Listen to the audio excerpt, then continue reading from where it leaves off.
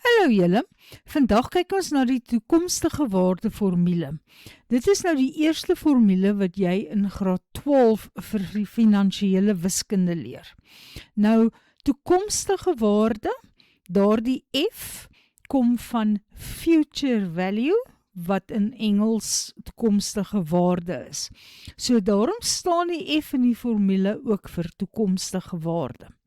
Nou die X hier is vir gereelde bedrae wat sê maar elke maand betaal word of elke kwartaal, hoe ook al die vraag lei.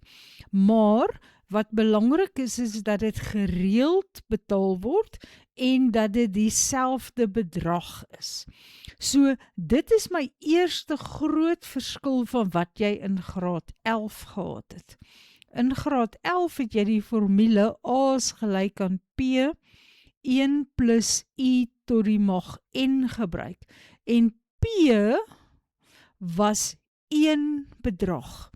Jy het byvoorbeeld aan die begin van 5 jaar belegging gemaak en nou kyk jy hoe groei jou belegging. Jy het nie later of gereeld geld daarby gesit nie. Terwyl X in hierdie graad 12 formule is 'n gereelde bedrag. En eintlik baie belangrik dit wat ek hier geskryf het, 'n gereelde gelyke betaling. Goed, kom ons gaan aan. So ons weet nou F is die toekomstige waarde, X is die bedrag wat jy elke maand of elke kwartaal of elke jaar gaan betaal. En I is die rentekoers net soos wat ons in graad 11 gehad het. Dit is die rentekoers gedeel deur 100. En as dit maandeliks saamgestel is byvoorbeeld, dan moet jy dit nog steeds regmaak sodat dit maandeliks kan wees. Hierdie is wat dit sal wees vir jaarliks saamgestel. En dan kom ons by die laaste een, die N. En dit is baie belangrik. Daardie N daar is die aantal betalings. Dit is ook anders as wat jy laas jaar in graad 11 geleer het. N was toe die tydperk. Dit was eintlik die aantal jare gewees. So hier is dit nie die aantal jare nie, dit is die aantal betalings wat jy gemaak het, want onthou, jy maak nou gereelde gelyke betalings. So as jy 12 sulke betalings gemaak het, dan gaan N 12 wees. Goed, wanneer gebruik 'n mens die toekomstige waarde? Wel, vir gereelde gelyke betalings en wanneer jy wil spaar. So, dit kan byvoorbeeld 'n annuïteit wees. 'n Annuïteit gebruik 'n mens as jy wil spaar vir jou aftrede, of dit kan ook 'n delgingsfonds wees, of enige ander fonds waarvoor jy spaar. Nou kom ons praat net 'n bietjie oor 'n delgingsfonds. Ek het dit hier onder op die bord. Dit sê jy spaar vir 'n spesifieke doel, byvoorbeeld om iets te vervang.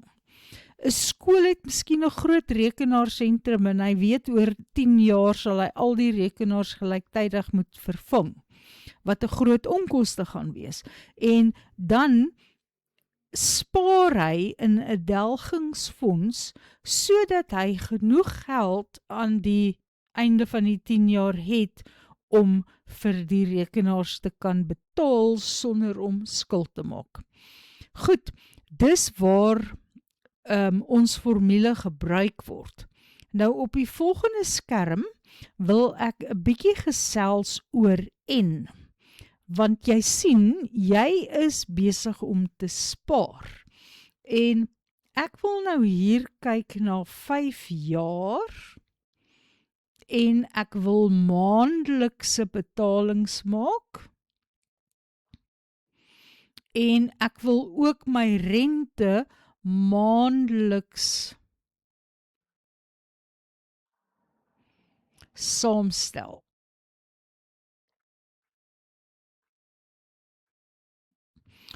Goed, So, nou, omdat ek 5 jaar het en elke jaar 12 maande het, gaan 5 maal 12 vir my 60 maande gee. Nou my eerste tydlyn wat ek hier het, ek wil hom net 'n bietjie afskuif, my eerste tydlyn daar, begin ek met tyd 0, dit is nou. Ek besluit nou, ek gaan begin spaar, en die einde van die maand as ek my salaris kry, gaan ek 'n bedrag insit. So daar gaan die eerste maand verloop, en hier is die einde van die eerste maand, en ek betaal my bedrag X. Na nog 'n maand, so aan die einde van die tweede maand, betaal ek weer X. Aan die einde van die derde maand betaal ek weer X. En so gaan ek aanhou tot by die einde van die 60ste maand, want onthou in 5 jaar het ek 60 maande, dan betaal ek weer dieselfde bedrag X.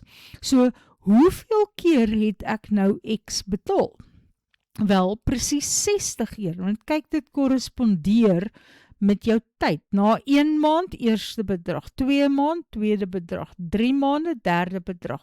So 60 maande is my 60ste betaling, en daarom gaan en dan gelyk aan 60 wees. Maar nou onthou, ons is besig om te spaar, of ons beplan om te spaar. Iemand mag dalk al reeds die geld beskikbaar hê. En dis wat ek op hierdie tweede lyn wil aantoon. Hier is ek nog steeds by tyd 0, net so daar. Ek besluit ek wil spaar, en ek gaan dit vir 5 jaar doen. Maar ek het reeds die eerste betaling beskikbaar, en ek besluit om reg nou my eerste betaling te maak. So op tyd 0 het ek my eerste betaling. Dan na 1 maand maak ek al my tweede betaling. Na 2 maande, dan maak ek al my derde betaling. Kan jy sien dat my betalings nou 1 meer is, want hierdie, dit sou 60 betalings gewees het. Maar ek het nou nog 'n ekstra enetjie daar. Daarom is my aantal betalings nou 61. Goed, kom ons gaan kyk na 'n voorbeeld, en ek het 'n vraag uit 'n eksamenvraag gekies van November 2022. Het sê op 31 Januarie 2022 het Tino R1000 in 'n rekening gedeponeer wat rente teen 7,5% per jaar maandeliks saamgestel betaal het. Hy het aangehou om R1000 op die laaste dag van elke maand te deponeer. Hy sal die laaste deposito op 31 Desember 2022 maak. Sal Tino op 1 Januarie 2023 genoeg geld in die rekening hê om 'n rekenaar wat R13.000 kos te kan koop? Motiveer jou antwoord deur die toepaslike berekeninge. Nou ja, ons werk op die oomblik met die toekomstige waarde, maar ons weet ook, hy spaar. Kyk, hy het rekening gedeponeer in 5 maande. Hy spaar om 'n rekenaar te koop oor 'n jaar. So, kom ons sit die gegevens op ons tydlyn. Op 31 Januarie 2022 het hy R1000 betaal. So, kom ons sê, dit is hier, is 31 Januarie 2022, en dis waar hy die eerste betaling gedoen het. Kom ons noem dit maar X1, nou maak hy sy eerste betaling. En dan gaan hy aan, en hy hou aan om R1000 op die laaste dag van elke maand te deporteer. So hierdie was die einde van Januarie, daar is die einde van Februarie, maak hy weer 'n betaling, einde van Maart maak hy weer 'n betaling, en so gaan ek nou aan, 5, 6, 7, 8, 9, 10, 11, 12, daar's my 12de maand, en dit gaan dan presies wees die 31ste Desember van 2022. En sy hoeveelste betaling gaan hy daar maak? Wel, jy kan sien dat die maand en die betalingnommers ooreenstem. So, na 1 maand het hy 1 betaling, 2 maande het hy 2 betalings, na 12 maande gaan hy dus 12 betalings hê. So, N is gelyk aan 12. Goed, wat is X? X is daardie gelyke bedrag wat hy elke maand betaal en dit is R1000. En die rentekoers is 7,5% per jaar maandeliks saamgestel. So 7,5% gaan 0,075 wees, want ek deel maar die 7,5 deur 100. En nou omdat dit maandeliks saamgestel is, kry hy elke slag net 'n 12de van die rente. En hy maak die laaste deposito op die 31ste Desember, dit het ons hier. So, sal Tino op 1 Januarie 2023 genoeg geld hê vir 'n rekenaar wat 13.000 kos. Nou 1 Januarie is net hier onmiddellik na die 31ste Desember. So dit is presies waar my toekomswaarde, my toekomstige waarde of my future value bepaal word. Ek dink ek het vergeet op die vorige skerm te sê, alhoewel ek dit hier ingeskryf het, die waarde van F is altyd direk, onmiddellik na die laaste betaling. So, as ek onmiddellik na my laaste betaling genoeg geld gaan hê, dan kan ek op die 1 Januarie genoeg geld hê vir die rekenaar.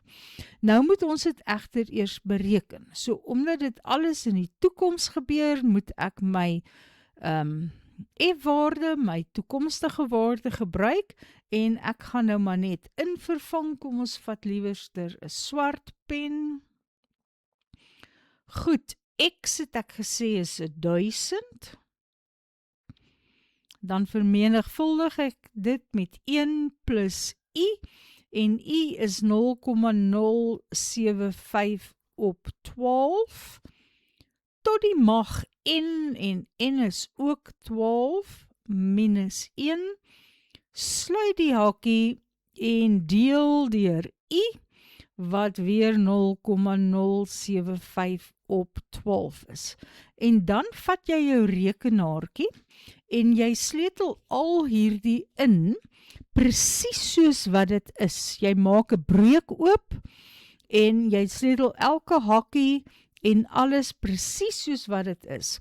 En jou antwoord behoort dan R12.421,22 te wees. Goed, dis nie die antwoord van die vraag nie. Ek wil weet of hy genoeg geld het om 'n R13.000 rekenaar te bekostig, en nee, hy het nie, want hy het net R12.400. So nee, hy het nie genoeg geld nie. Goed, in volgende video's maak ons meer voorbeelde.